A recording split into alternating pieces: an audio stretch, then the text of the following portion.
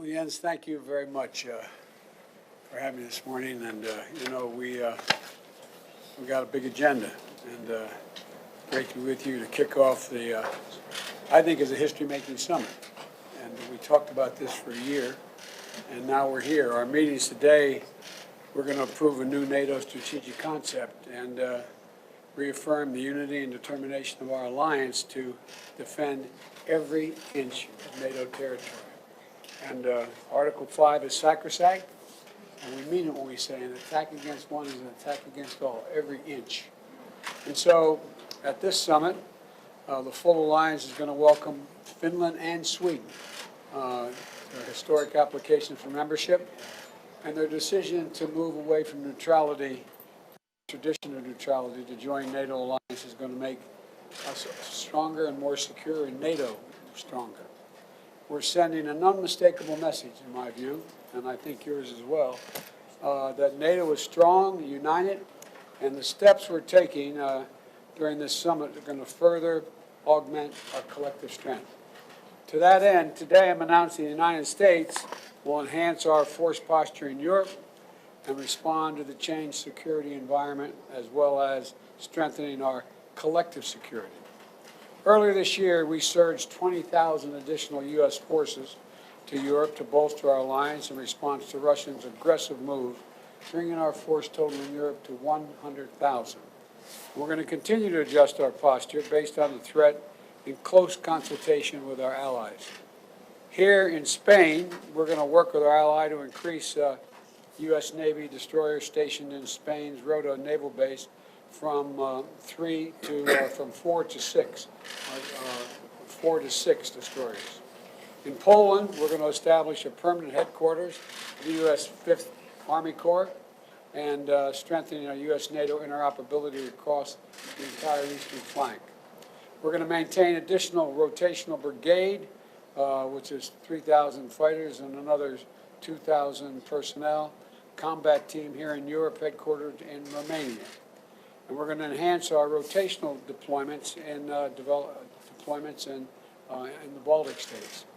And we're going to send 2 additional F-35 squadrons to the UK and station additional air defense and other capabilities in Germany and in Italy. And together, our allies, we're going to make sure that NATO is ready to meet threats from all directions across every domain, land, air, and the sea. In a moment when Putin has shattered peace in Europe and attacked the very, very tenets of rule-based order, the United States and our allies, we're going to step up. We're stepping up.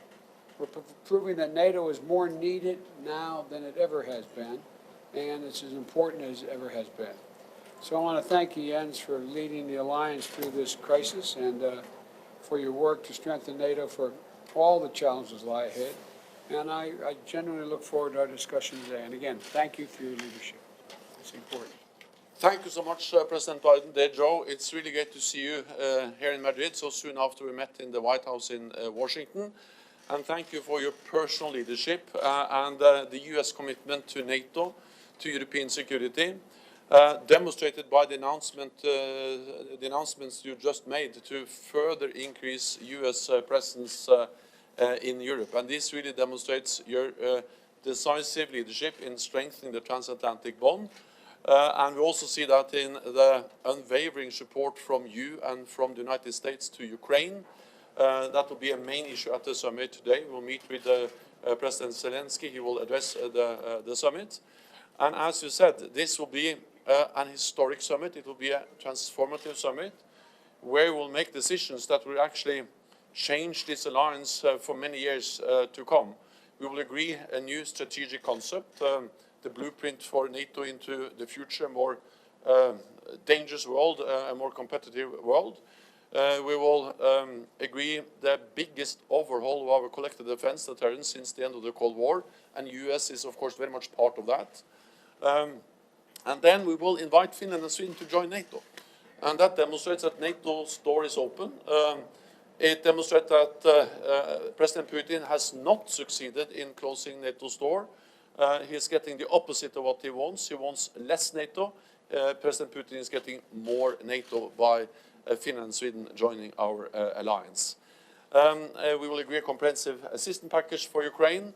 And then I also welcome the fact that we are able now to state that actually European allies and Canada are stepping up with more troops, higher readiness, and also increased defense spending. New figures shows that they have added 350 billion extra US dollars for defense since we made the pledge back in 2014. So all in all, this demonstrates unity and the strength of our alliance. So thank you. You know, I was asked about this one, about Finland and Sweden when each of their leaders came to the White House. And I said, Putin was looking for the Finlandization of Europe. You're going to get the NATOization of Europe. And that's exactly what he didn't want, but exactly what needs to be done to guarantee security for Europe. And I think it's necessary, and I'm looking forward to it happening formally. Thank you so much again. Thank you. Thank you.